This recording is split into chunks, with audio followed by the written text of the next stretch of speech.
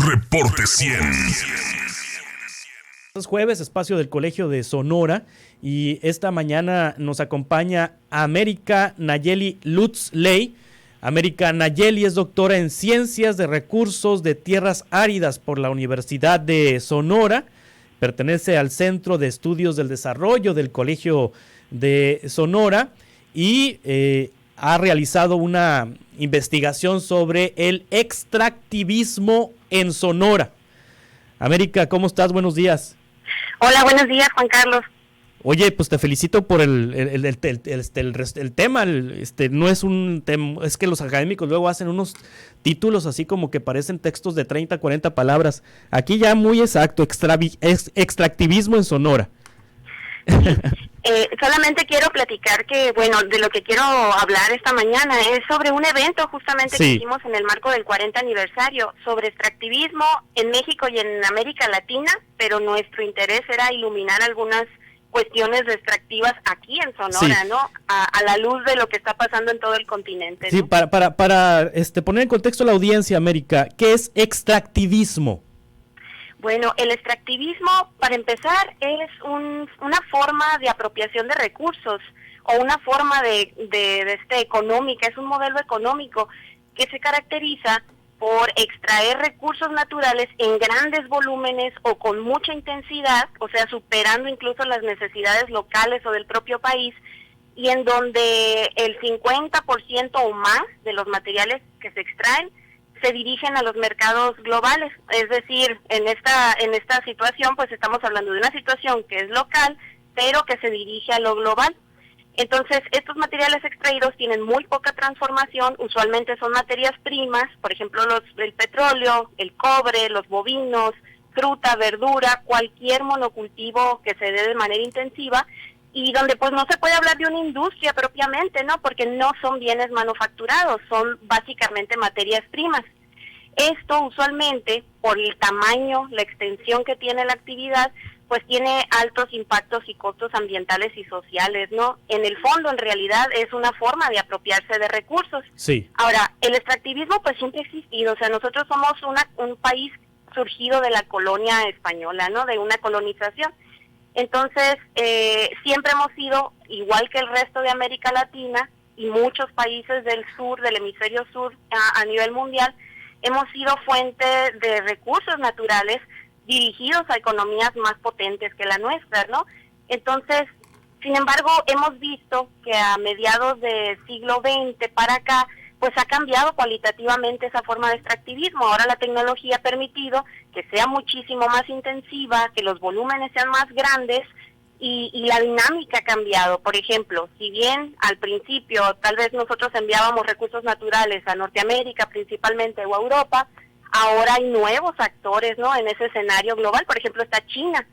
Entonces, en este webinario, en este seminario internacional que tuvimos en el Colegio de Sonora la semana pasada, 16 y 17 de febrero, aprendimos un poco de esto, ¿no? Con los distintos expertos que nos acompañaron, y uno en particular que yo quiero destacar, pues es Eduardo Budinas, de quien tuvimos una conferencia magistral, y que nos platicó, ¿no? De cómo ha cambiado esta situación. O sea, si bien en 1966 México, no sé, tenía cierto volumen de exportaciones, ahorita no tengo ese número en particular, este volumen creció 10 veces hacia 2016. Entonces, estamos viendo que sigue la misma lógica, seguimos siendo lugares de extracción de recursos, pero se ha ido modificando, ¿no? Cualitativamente lo sí, que se abordó pasando. El tema del litio, porque ahorita es el tema de moda, el litio, ¿no? Y lo Es que existe en Bacadehuachi, exactamente. Sí, exacto, es el tema de moda. Justo es una compañía china, la principal proveedora de baterías a nivel mundial, la que está en juego. Se habló del litio, sí, dentro de estas economías extractivas, sí, y de lo que puede implicar, pero en verdad estamos hablando de una situación en donde pues la gente usualmente piensa, ¿no?, que hay grandes beneficios económicos, pero el tipo de modelo es el problema en realidad. O sea, es una lógica en la cual hay poca integración local, sí hay mucha extracción, pero no sirve para nosotros finalmente el consumo, sino para mercados exteriores. Sí, aunque todavía en el caso del litio está en fase de exploración. Todavía no saben cómo van a sacar ese litio, porque las particularidades que tiene este yacimiento son distintas a las que hay en otras partes del mundo, y según los inversionistas se requieren muchos recursos, aunque bueno, está la controversia ahí del gobierno mexicano que pues ha manifestado que el litio será para los mexicanos, así como en su momento se decidió que el petróleo fuera para los mexicanos en la época de Lázaro Cárdenas. Pero en este momento, ¿cuál es el material de mayor extracción que hay en Sonora y que cumple esas características, ese modelo que manifiestas, América Nayeli Lutz Ley, que pues no necesariamente deja mucho a las comunidades locales? Pues mira, la verdad, en términos de volumen, sí, no te sabría decir cuánto, porque además tenemos sectores que son muy diferentes entre sí, que todos comparten esa misma lógica. Entonces, no te podría yo decir, 1 tonelada de cobre equivale a tantas cabezas de ganado, ¿no? Pero básicamente hablemos de 3 grandes cosas aquí en Sonora. sí, Y que de hecho que están en nuestro escudo, o sea, es parte muy de la identidad sonorense también. Una es la minería de gran escala. Nosotros somos de los primeros proyectores a nivel nacional e incluso internacional en ciertos minerales, principalmente oro, cobre, con esos dos que mencionemos ya nos quedamos con suficiente ejemplo, ¿no? Otro es la agroindustria de monocultivo para exportación, que es todo este montón de conceptos. Se refiere a estos cultivos que ocurren en superficies muy grandes con mucha inversión tecnológica, o sea, químicos, formas de riego, etcétera, que son monocultivos, o sea, son cultivos de 1 o 2 tipos de especies vegetales o frutales que se dirigen al mercado extranjero. Y a mí me viene el primer ejemplo ahorita, por ejemplo, la producción de uva o de espárragos en Caborca, o por ejemplo acá lo que ocurre en la costa de Hermosillo, la nuez pecanera que se exporta. Son estas grandes extensiones de tierra que tiene como bastante daño ecológico, porque además no se está sembrando una cosa y además es para venderlo hacia afuera, ¿no? Y el otro es la ganadería extensiva e intensiva. Nosotros somos el segundo o tercero en este cuatrimestre, no sé en qué lugar estemos, pero usualmente somos de los primeros lugares en el país que exportamos ganado bovino hacia Estados Unidos, principalmente hacia Canadá, pero también, y aquí vuelve a entrar Asia, también exportamos carne de puerco hacia Asia, o sea, principalmente China, Japón, toda esta zona, ¿no? Entonces, esas 3 actividades son las que principalmente pudiéramos nosotros ubicar como formas de extractivismo en Sonora, y que en efecto, o sea, mucho existe el argumento de que si nosotros pensamos en otros modelos o nos privamos, entre comillas, de este tipo de modelo económico, pues vamos a sufrir, ¿no?, el atraso económico. Lo cierto es que cuando se hacen los cálculos de las contribuciones, son cálculos muy gruesos, que están hablando de Producto Interno Bruto, pero ese Producto Interno Bruto y esa ganancia y esos costos, o sea, lo hacen en términos de costo-beneficio. ¿Cuánto meto a la actividad y cuánto obtengo? ¿Y esto qué representa del Producto Interno Bruto del Estado? Esos costos no están incluyendo costos ocultos. Por ejemplo, ¿cuál es el nivel de impacto ambiental que yo tengo? ¿Qué pasa con las comunidades donde yo aterrizo, ¿no? Por ejemplo, veamos la costa de Hermosillo, solo por ejemplo, de toda la dinámica que ocurre ahí, toda la llegada de migrantes de otros países, de otros lugares de México, incluso, no sé, en un momento dado también de Centroamérica, y esto qué implica para la comunidad, o sea, qué servicios hay, qué nivel de bienestar pueden lograr.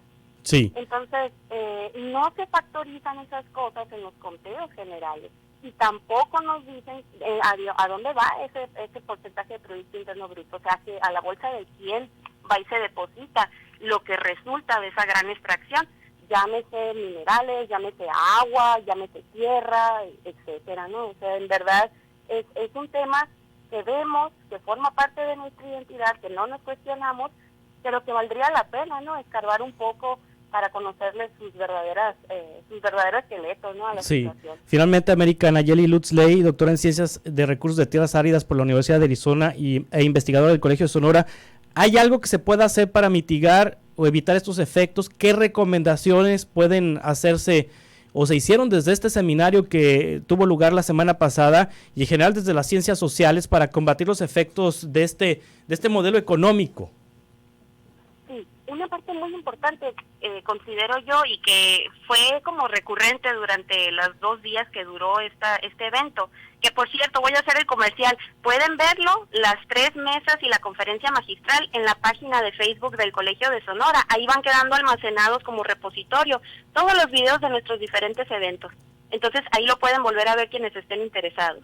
Muy Ahora bien. sí, voy a la respuesta. Sí. Una parte muy importante de la acción tiene que ver con la cuestión de la política pública, que flexibiliza criterios ambientales, sociales, económicos, para facilitar que la extracción de recursos ocurra con esta lógica.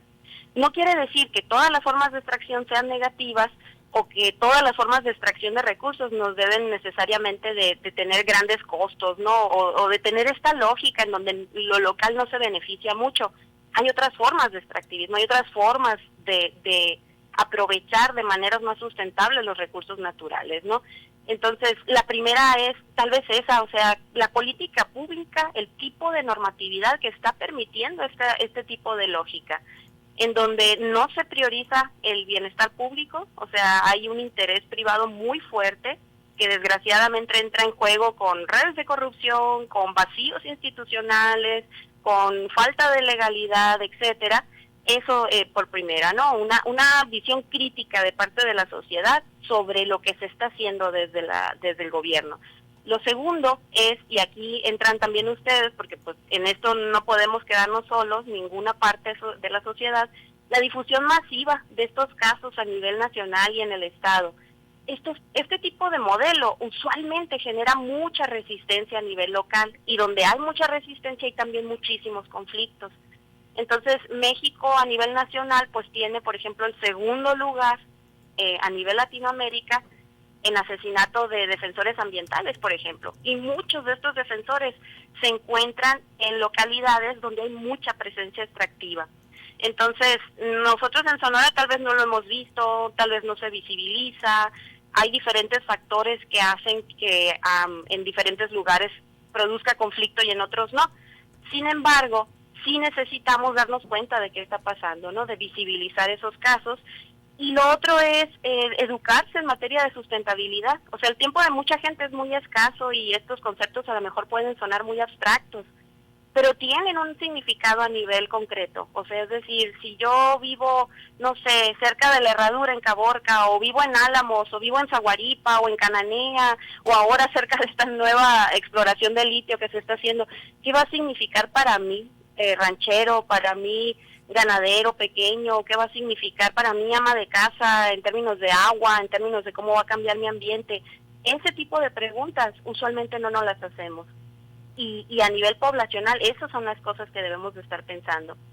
Y pues de fondo, en realidad necesitamos pensar en otros modelos económicos más integrales, que de verdad incluyan esos costos reales de las actividades y donde la política pública sea capaz de crear regulaciones que incluyan esos costos reales de la actividad, porque muchas son irreversibles. O sea, el costo ambiental de una gran extracción minera, de la agroindustria masiva, de la ganadería extensiva, muchas veces son costos irreversibles, que tratan de compensar, si bien les va a las comunidades, las tratan de compensar económicamente o materialmente, pero la compensación no alcanza para hacer reversible el daño que ya está hecho, ¿no? Ahí. Claro. Entonces, así es la situación.